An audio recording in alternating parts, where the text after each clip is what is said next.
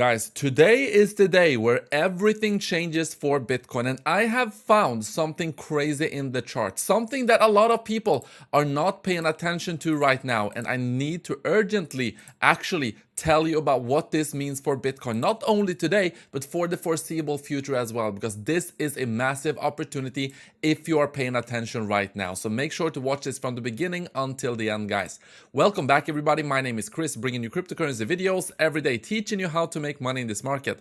If you are new to the channel, then make sure to subscribe and activate the bell right now. And with that said, guys, we have something massive happening today. We have the Fed coming out and actually announcing whether they are going to increase the interest rates by 0.25% or if they are going to increase it by 0%. And as you can see here, guys, the market right now believes that with a massive majority that the Fed are going to increase it by 25%. By 0.25%, of course. But there's something actually that is possible, and that is that they might not increase it by 25 basis points. Instead, they could do 0, and that would send Bitcoin flying, and I will explain why. So for the first thing I want to show you here is that this pattern we were talking about yesterday, this is still forming. So you can see it right here. If we go to the hourly time frame, you can see it right here, okay?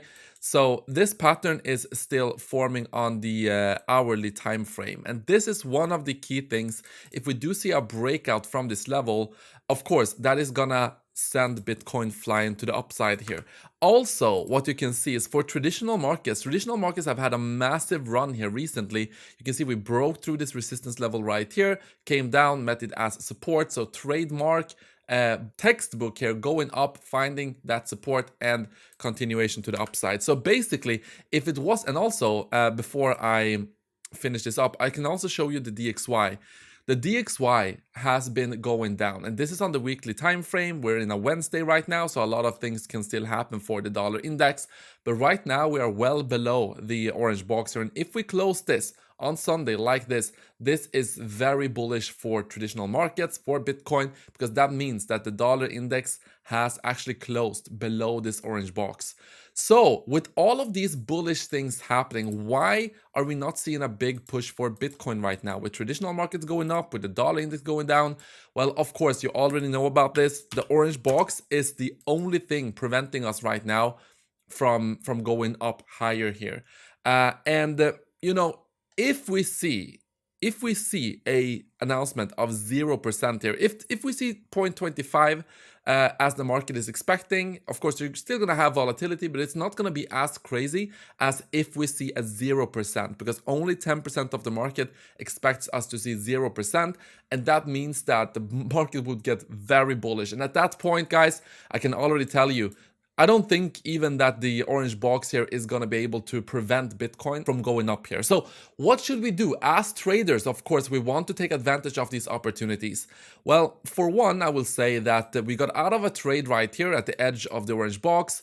And this gives us the luxury right now to just jump in. If we want to jump in again, we can do it without a problem. So it gives us that flexibility. But one thing I will say, if you look at the orange box here and you look at the red line, we are 6% from it. And I mean, going the further into this we go and approach the red line, if we have a big pump, the higher the likelihood for us to have a little bit of a pullback here and for us to get rejected. So I would say, let's just skip these 6% here. And if you want to go long, what I would do personally is I would wait for us to clear this area, because this is a very stressful and dangerous area for us to clear to begin with. So you're going to have big volatility inside of this.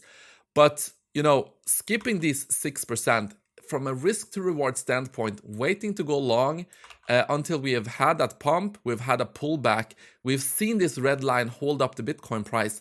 And at that point, I do believe from a risk to reward standpoint, it's much better to go long from this point. So this is what I am going to be looking out for my own trades. I'm looking for us to clear this area. I do not want to go long here inside of this area. Of course, I still have my bots doing the magic here.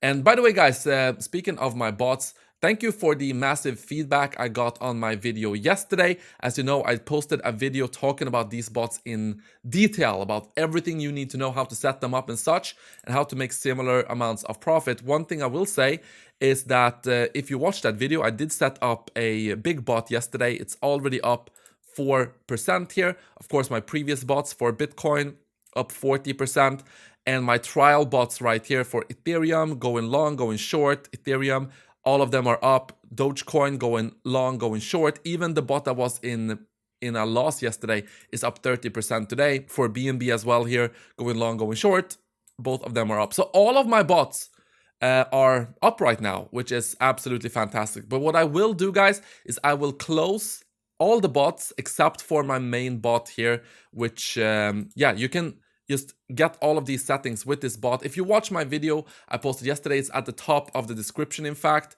if you go to the top of the description right here, you can get all of the settings just with one click. You can set up the same kind of bot if you want to, but I digress. One thing I will do, I just gonna announce it right now, I will close these bots right here, apart from my main bot right here, and potentially also my Bitcoin bots right here, because they were the first bots I opened with these specific settings, and it's kind of sentimental right now. So I might keep these ones open a little bit, but I will close the other trial bots I have right here, which are at big profit, but they were just for trial purposes. Other questions I've seen is in the P&L here, does this account for fees? Yes, this is with fees accounted for. So your fees take away from the P&L. You're actually at much higher P&L. Well, not much, but a little bit higher P&L actually, but with the fees it gets a little bit lower. And with the volatility coming today, I'm expecting my main bot here to do a lot of work and actually make a lot of profit as well. So we will see if that is going to be the case. And just like I said, if you want to use these bots yourself, you do have the link in the top of the description right here, the full tutorial.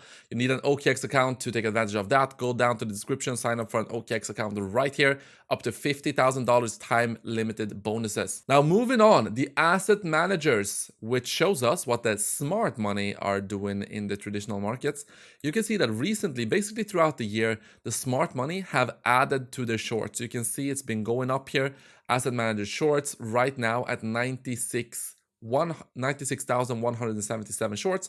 The longs have been increasing a little bit as well. So you're seeing increased activity here, but definitely a lot of asset managers have been piling into shorts, especially as we have been going up here towards on Bitcoin, the orange box right here. But for traditional markets, the more we've been going up here, the shorts have been added. So can we wreck these shorts here? What do you think? Let me know down in the comment section. Do you think that these guys will be correct or not adding to the shorts? We will know most likely very, very soon. But I will give you another key thing I am watching right now.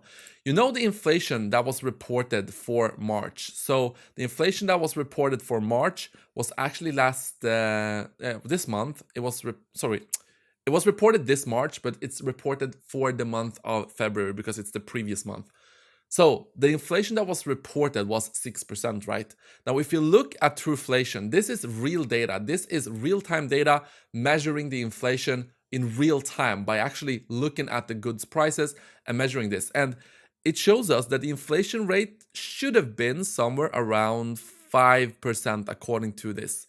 So, I mean, it's not too far from it, but still it's a little bit far from it.